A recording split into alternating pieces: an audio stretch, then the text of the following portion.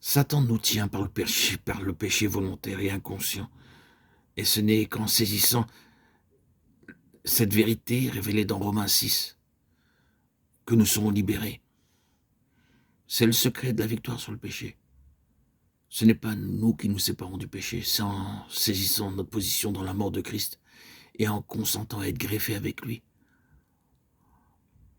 Nous comptons nous-mêmes morts au péché que le Saint-Esprit opère cette séparation du péché et qui nous amène à réaliser en fait cette œuvre de délivrance qui en résulte.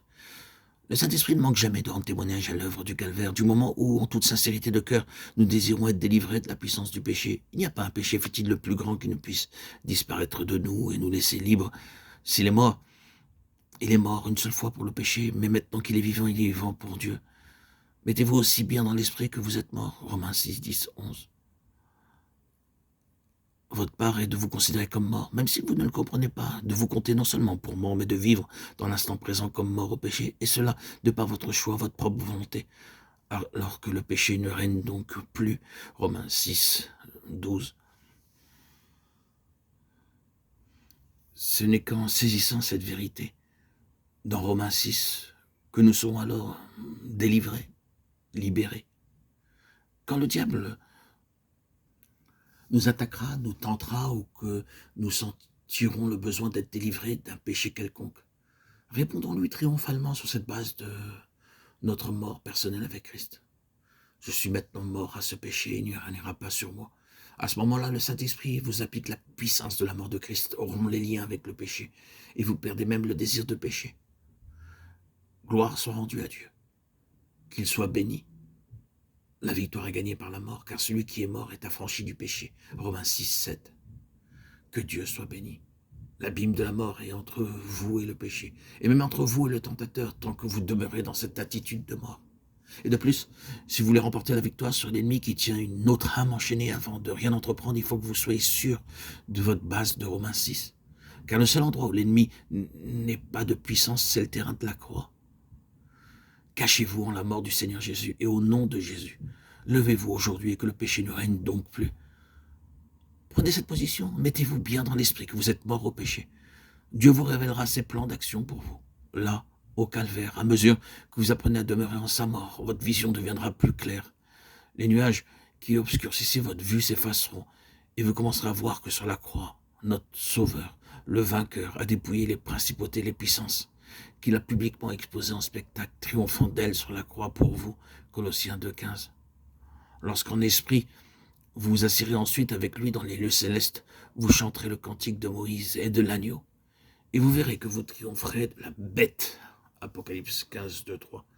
Vous lirez l'Apocalypse comme jamais vous ne l'avez lu avant et vous comprendrez que c'est un livre de guerre et un livre de victoire. Puis vous verrez que le Sauveur ressuscité en gloire a envoyé un appel vibrant à son Église. À celui qui vaincra, dit-il, venez, montez. À celui qui vaincra, je lui donnerai à manger de l'arbre de vie, même s'il habite où Satan a son trône. À celui qui vaincra, je lui donnerai puissance sur les nations. Parce que tu as gardé ma parole et que tu n'as pas renoncé à mon nom. À celui qui vaincra, je le ferai asseoir avec moi sur mon trône, comme j'ai vaincu et me suis assis. Et celui qui était assis sur le trône dit, voici, je vais faire toutes choses nouvelles. Apocalypse 21, 15. Celui qui vaincra héritera toutes choses.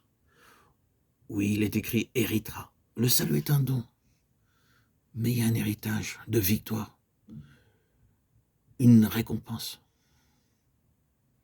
Il héritera. C'est maintenant qu'est venu le salut.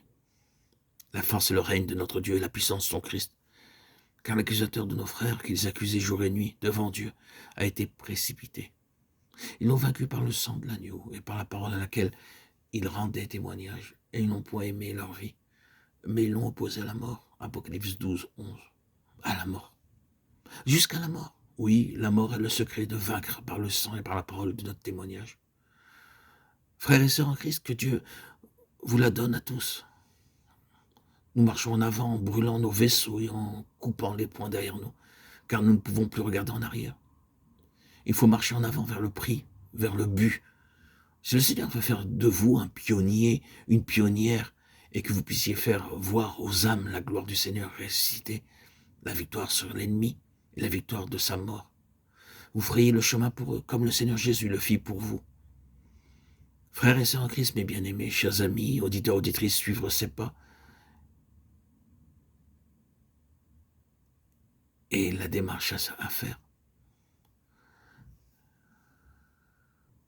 Chers amis, auditeurs, auditrices, que le Seigneur vous compte parmi ceux qui conduisent les âmes pour sa gloire, qu'ils puissent vous suivre,